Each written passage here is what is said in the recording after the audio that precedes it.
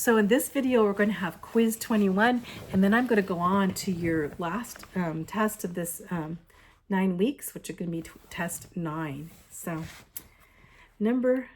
quiz 21, a reaction that can be made to go either direction, either from reactants to products or from products to reactant, is called what kind of reaction? Well, it's reversible, right? It can go either way.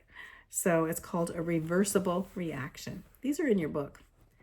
Number 2, when the rates of chemical reaction in opposite directions have become equal, resulting in no further changes in concentration of reactants or products, the system is said to be in what?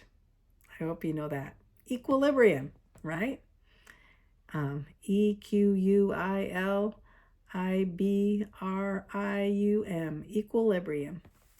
So number 3, according to what principle is a stress applied to a chemical system at equilibrium causes the system to respond in a way that minimizes the effect of the stress.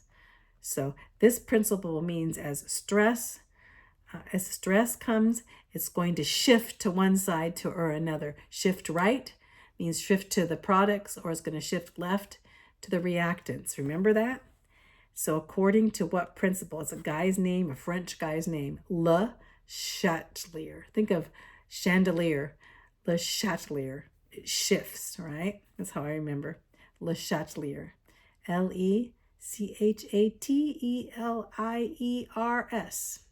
Chatelier's principle. It's the only principle that's in there. Number 4, which of the following statements describe the relative concentration of reactants and products at equilibrium? Number A, no reactants are present. B, no products are present. C, reactants and products are present in equal amounts. Number D, relative concentrations depend on the reaction. Okay, the key word there, which of the following statements describe the relative concentration? So my guess would be D. Relative concentrations depend on the reaction. So, and they do. So, relative concentration, if the concentration is more concentrated, it's going to affect the reaction. If it's less concentrating, it's going to be different. Number 5, how would an increase in pressure affect the equilibrium of the reaction?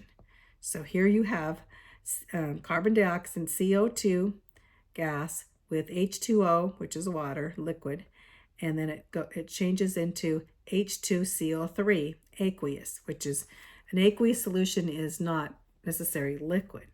So you want to know which way this is going to shift. Well, as you look at this, you think, is it going to shift to the left? Is it going to shift to the right? Is there going to be no effect, or is it going to go into completion? So, well, whenever you have pressure, whenever you're going to be affected pressure in these type of reactions, it's always going to shift to the smallest side. If there's smaller moles on one side, smaller atoms on one side, it's always going to shift to the smaller. So let's look at the reaction. CO2, it has it's just 1 mole. There's no numbers in front of it. H2O is none, so there's 1. So that makes 2. So on the reactant side, on the left side, there's 2. On the right side, H2CO3 is just 1. So it's going to shift to what side? It's going to shift to the right side because there's 2 moles. There's more molecules on the left side than there is the right side. The right side is smaller, so it always goes to the smaller, so it's going to shift to the right. So just remember, with pressure, it always shifts. Increased pressure is always going to shift to the smaller. So if it was decreased pressure, it would go to the larger. It's kind of like opposite. So number 6, how would addition of a catalyst affect the equilibrium of the reaction? And here's it's CO2, again, the same reaction we had before there. is the shift is left, the shift is right, there's no effect, and it goes into completion. Well, a catalyst doesn't change, basically doesn't change anything but the rate.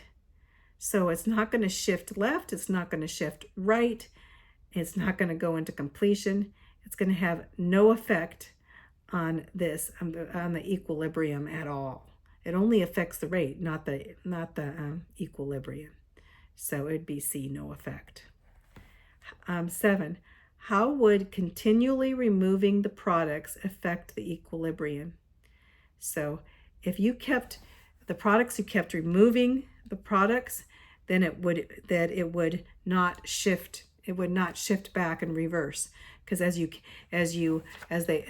went through the chemical reaction and you got a product, and then you took that product and got another product and you got another product, and so it would not shift to the left and it would not shift to the right. But what would happen? It would just go into completion, right?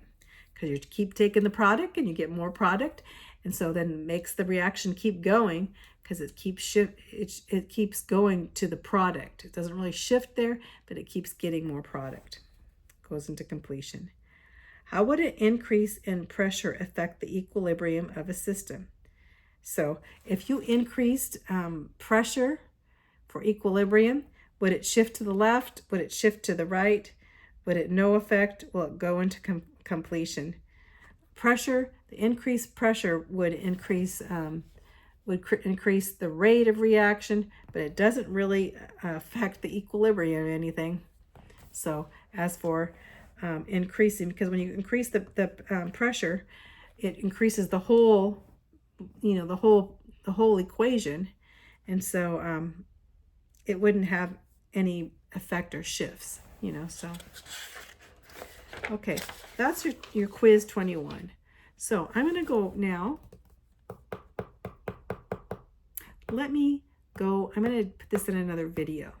See if I can get the whole test on a video. This is going to be your 9-week test. So